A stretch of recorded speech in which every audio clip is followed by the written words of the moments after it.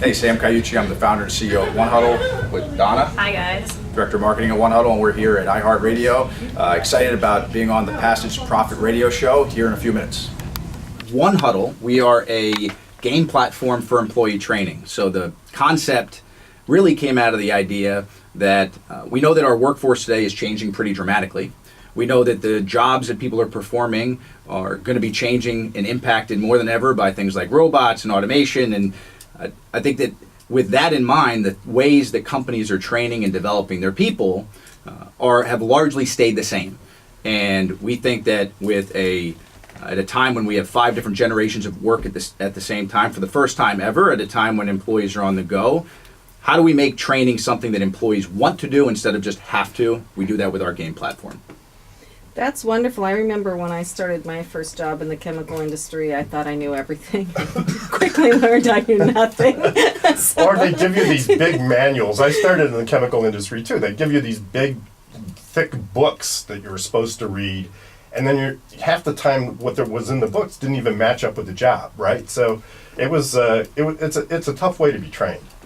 And I think for us today, the jobs, depending on what side of the aisle you're on, some people think that robots are not going to take anybody's jobs. Some think they're going to take everybody's jobs.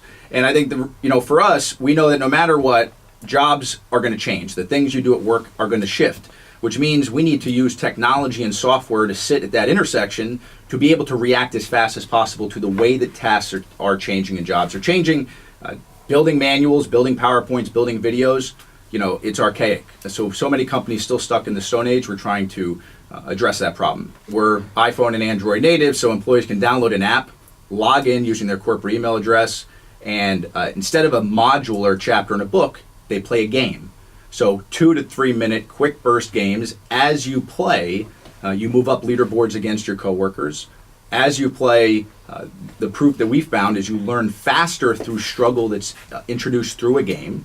So you're playing quick burst trivia on, if you're a restaurant and you're an employee, you're playing games on front of house stuff. You're playing games on the menu. You're playing games on mission, vision, core values. So as an employee, you learn quicker by first this stuff being at your fingertips and not just something you can only use when you're on the job. And you also learn better because of the fact that you are competing constantly against your coworkers, which drives up participation to rates that no other learning platform has ever seen before. Is that a series of multiple choice questions that you have to answer quickly? Yeah, so we have a ton of different formats, but think trivia. So multiple choice, true, false, identify the image. So there's a few different formats of questions. The reason we did that is we still have 5 different generations at work. So it's not just the scary M word as millennial goes. That is scary. So we found that trivia games consistently rank at the highest levels of the App Store. People understand them. They understand the mechanics behind them. So we found that trivia is the fastest way to gain adoption and engagement from all workers in the workforce. The other cool part of the platform is that employees can build the content. So as work changes, the HR person sitting in the corner office, literally and geographically the farthest away from the employee-customer interaction, they're not able to react quick enough to the way work is changing.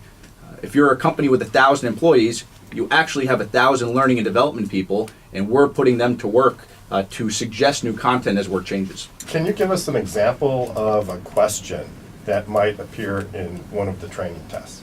So sticking with our restaurant example, we have a dozen games for bartenders at restaurants. So we have games on different spirits. We have a sommelier game. So it might be a situation where a question spins up and it says, a guest asks, what is in the XYZ old fashioned? And the user who's going through that training will have to identify the specific spirit out of a 3, 4, 8, 10 question or answer set and select the correct answer. If they get it wrong, they'll be prompted with the correct answer, and they'll be forced to quickly move on to the next question. It also might only be a game they can only play once a day. So I'm sure nobody on the air has ever crammed for a test before. I can't do all-nighters anymore. So, what we learned is that people cram, they cram for certain trainings, or they test out well because it's short-term memory, not actually something that's sticking. So our platform constantly randomizes and spaces content out over time to predict when employees are starting to forget things and alerting them about a new game to play at the exact moment we think they're going to be starting to forget it. We can show time and time again with several studies that if you learn through a game, it has a direct impact on how long you know something. So long-term knowledge retention is number one. The second is speed of onboarding. So if I get hired at that restaurant, how long does it take for me to get from 0 to 60? Let's say it's 2 months.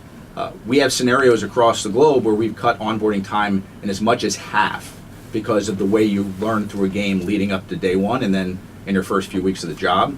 So cutting speed of onboarding. The third is the most important to C-level executives, which is driving sales performance. And if we're in a customer-facing role, we're talking about higher closing averages. If we're in a service role, we're talking about more 5-star reviews on Yelp. Where do they get the background information initially to answer the questions correctly? So you might be able to assume that somebody's been a bartender before, they know how to make a martini, right? But what if you're training somebody to be a bartender and they don't know how to make a martini? So how does your test work with that level of knowledge? So one of the things we found is that learning happens in stages. And when you learn any new skill for the first time, there's the first stage of where you have to understand the knowledge behind how you do something. Continues to come back that testing people on information before they have ever seen it, the struggle that's introduced because of that, which seems counter to the way all of us go through our learning experience from kindergarten through college. Testing people on information before you've ever seen it leads to longer lasting retention of information. It triggers a mechanism in our brain where we're searching for the answer, and because of that struggle, it's better retained. I started my whole career, was in the sales space, so I managed sales teams for a few different companies, startups, a large franchise company I worked with, and I also worked with a pretty big publicly held company. And at every stop, I sort of saw it getting harder and harder to take a new hire right out of college and put them into a sales or revenue generating role. And all the companies I worked for, I was managing sales and running sales. So it really started to pique my interest into two things. One, how do we get employees skilled up as fast as possible coming out of a university experience that maybe isn't giving them all the tools they need? I learned things like only 1% of U.S. universities even offer a single course in professional selling at a time when sales jobs were, all over the place. So that was one reality. The second was, how do we skill people up for social communication scenarios or handling objections or being face-to-face with a customer? That led me down a path to think about two parts. One, how do we make it something that everybody can access, not just something you're doing at your desk, and also something that as you interact with it, improvement actually happens. And I just didn't see that currently with a lot of the software in the space. We started in the sports space. So we have about 25 sports brands, from Madison Square Garden to the Golden State Warriors to, if you're a soccer fan, UEFA internationally. So what kind of training programs would you have for them? So for sales, so for their sales force, how do we get salespeople skilled up to understand product knowledge as fast as possible as information changes rapidly? Also guest service staff. So everybody at a sports venue like Madison Square Garden is customer facing. How do we make sure that every experience that a service team member has, whether they're a bartender, a security guard, or a parking attendant, is one that is of the quality that MSG would expect out of all their full-time team members? So start in sports. That sort of opened us up to a whole world of hospitality examples and restaurants. So today, from sports to restaurants to hotels, most recently we're working with the city of Newark, totally new area for us, where frontline workers inside of cities who traditionally don't get access to anywhere near the level of skill development they deserve is something that our game is bringing access to in major U.S. cities. So, this has grown from something that was only for salespeople to now something that we're impacting people at all corners of the workforce. Tell us a little bit about the intellectual property you have around your business. So, first, trademarks, we've, every step of the way, whether it's a tagline or it's our logo or our marks, we've been pretty on top of making sure that all of that stuff and all those boxes are checked. So we have trademarks for our logo and our brand. So how did you come up with the name 1Huddle, for example? So we originally launched, back to the story, for salespeople. So the company was originally named Sales Huddle. And as we got the product out and we started to grow, we started to realize that this thing has an impact far beyond just sales reps. And the story that sort of emerged from the way I say it is we have one global workforce that is constantly trying to get upskilled, and we have the one platform to get people skilled up. We really do believe in a world where if a company invests the same amount of time, energy, and effort in a frontline worker, that frontline worker could someday be a manager, could be a director, could be a C-level executive if we invested the right amount of time and energy and resources into them. So we take employees all the way through the workforce using 1Huddle.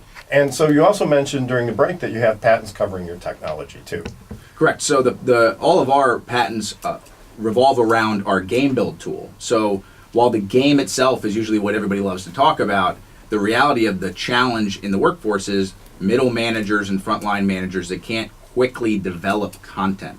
So we're patent pending on a few patents around our content management system and authoring tool where, like I mentioned earlier, you can literally build a game in minutes on our platform. It's something that no other authoring tool can currently do. So let's say, I don't think this would ever happen, but let's say McDonald's like totally flushed this whole thing out and wanted to sell it to Wendy's, which will never happen because it's such a competitive advantage, right? But who would own that? So there'd be the content, there'd be the platform, would just split the intellectual property, like who would get the revenue from that?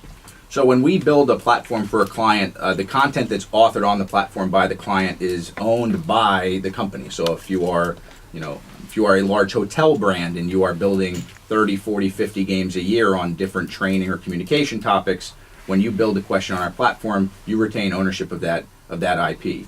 At the same time, 1Huddle has built over 500 games in our library. We have over 6 million game questions we've designed on topics ranging from brand training to soft skill training to diversity and inclusion training to harassment training to we even have airports using us for active shooter training in our serious game category. So we retain ownership of a tremendous amount of our content that we use as, call it the framework for companies to build off of, depending on the industry. And how do you monetize the business model for this then? So we're a SaaS platform. Companies pay a small integration fee at start. We can have a company spun up and live in less than 30 days. If you were, as a brand out there, was going to invest in a learning management platform, you should expect 9 months to 15 months to be live. The fact that we can take an emerging brand, take their content, our game design team based right here in the Northeast can take your material, convert it into games, brand the platform, and get you spun up and live and launched in less than 30 days. So we charge an upfront fee to do that, and then an ongoing fee depending on users.